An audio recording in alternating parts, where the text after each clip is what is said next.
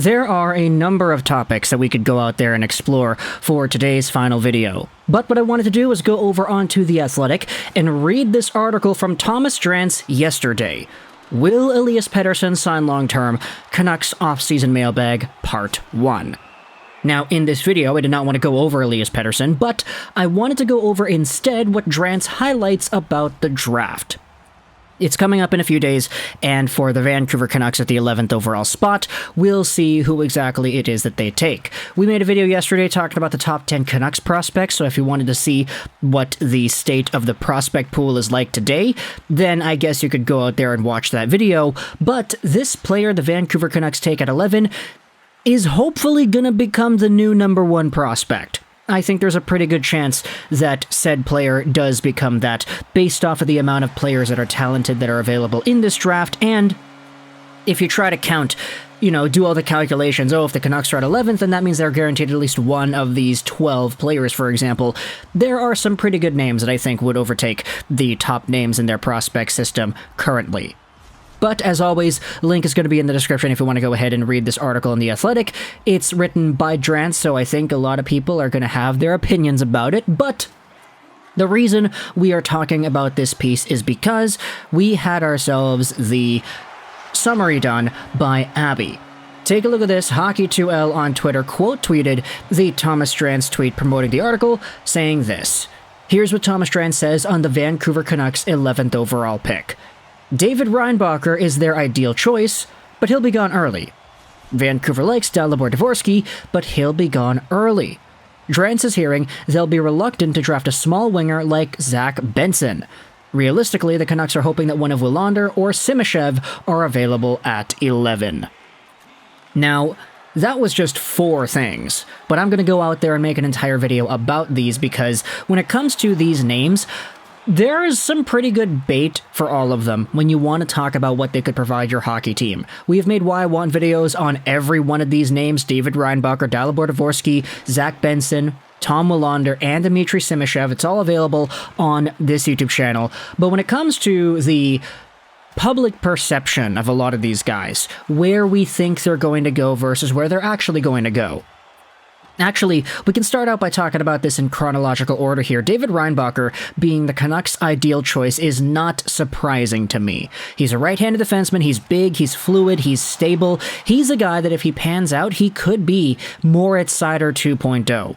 Not necessarily because he's going to get the same amount of points or whatever, but just stylistically. The defensive responsibility, the fluidity, the ability to put the puck up ice from his own zone. Reinbacher has a lot of maturity in the way he moves around as a right-handed defenseman who happens to be big.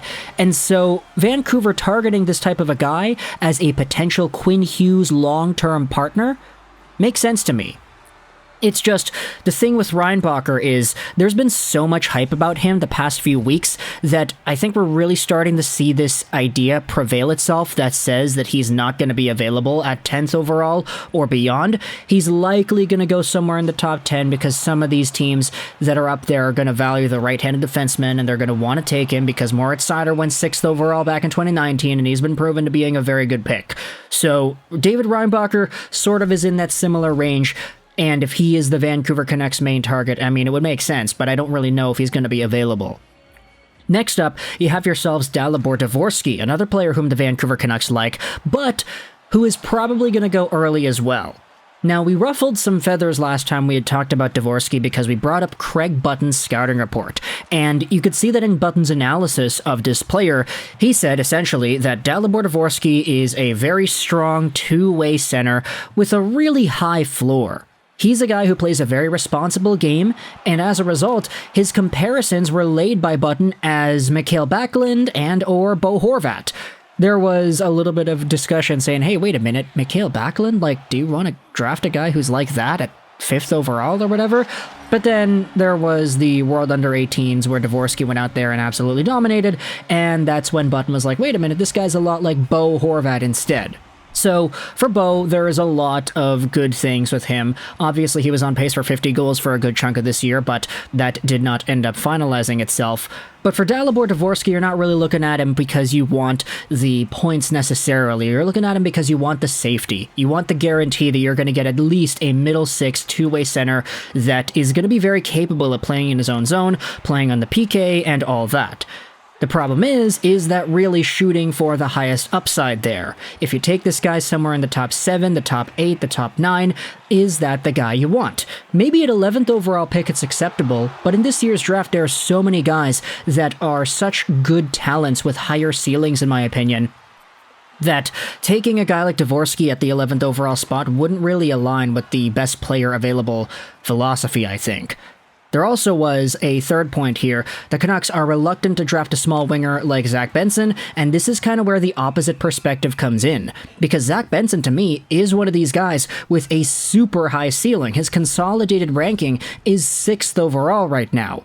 He's a small guy, 5'10", but he's just such an extraordinarily smart hockey player. He knows what to do, he knows what it takes to succeed, he knows how to play along the perimeter, he's a good playmaker, good shooter, and his hockey smarts are off the charts.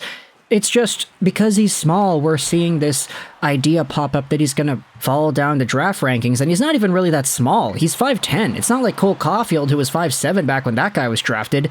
So the Vancouver Canucks and the idea of them passing on a player like Benson, I really don't like to hear that, but at the end of the day, I guess we'll wait and see, right? Benson, to me, has a very good ceiling, a very high ceiling. While he may not be the most guaranteed, like a player like Dvorsky, for example, this is a player who, if he hits, he is going to be a phenomenal player at the National Hockey League level. So, Vancouver not wanting to take him because he's small, I don't really like to hear that, but at the end of the day, we'll have to wait and see.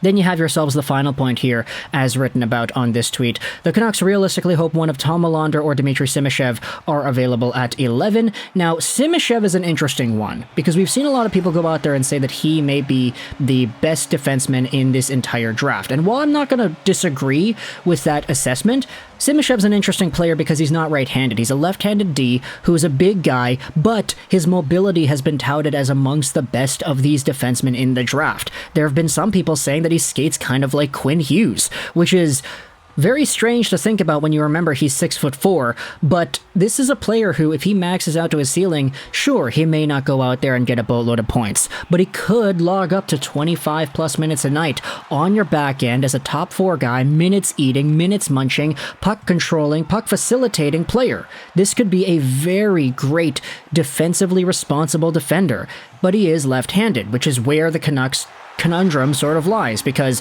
Tom Willander's a guy that's available in this draft. He's a right-handed player. So was David Reinbacher that we had talked about earlier on. Willander has a little bit of snarl to his game, and he's a guy that definitely has risen up the draft rankings ever since his performance at the World Under-18s. It's tough to really project where he's going to go, mostly because his rise was so late into the year, but you want to talk about guys who can do well on the opposing rush. Tom Willander, like Reinbacher, like Simashev, he is in that boat too. Pretty responsible, defensively minded defenseman who has some offense to chip in once in a while, and he also has a bit of snarl to his game too. So, at the end of the day, if the Canucks end up taking one of Simashev or Willander in their 11th overall spot, it makes sense to me. It's a pick that I think would be okay to live with. For me personally, I'm leaning towards the talent of Simashev, but I do like the positional filling in of Willander, because right-handed versus left-handed, it's a pretty big deal. Also, Alvin is Swedish, and he's been very adamant on taking Swedes with Pettersson, with Lekaramaki, so if they do end up taking a guy like Willander, that would make a lot of sense to me. It just really depends on where other players go, right? Like, if Matvei Michkov's available at 11, then hey, they should take that guy. If Benson is available, I'd prefer for them to take that guy.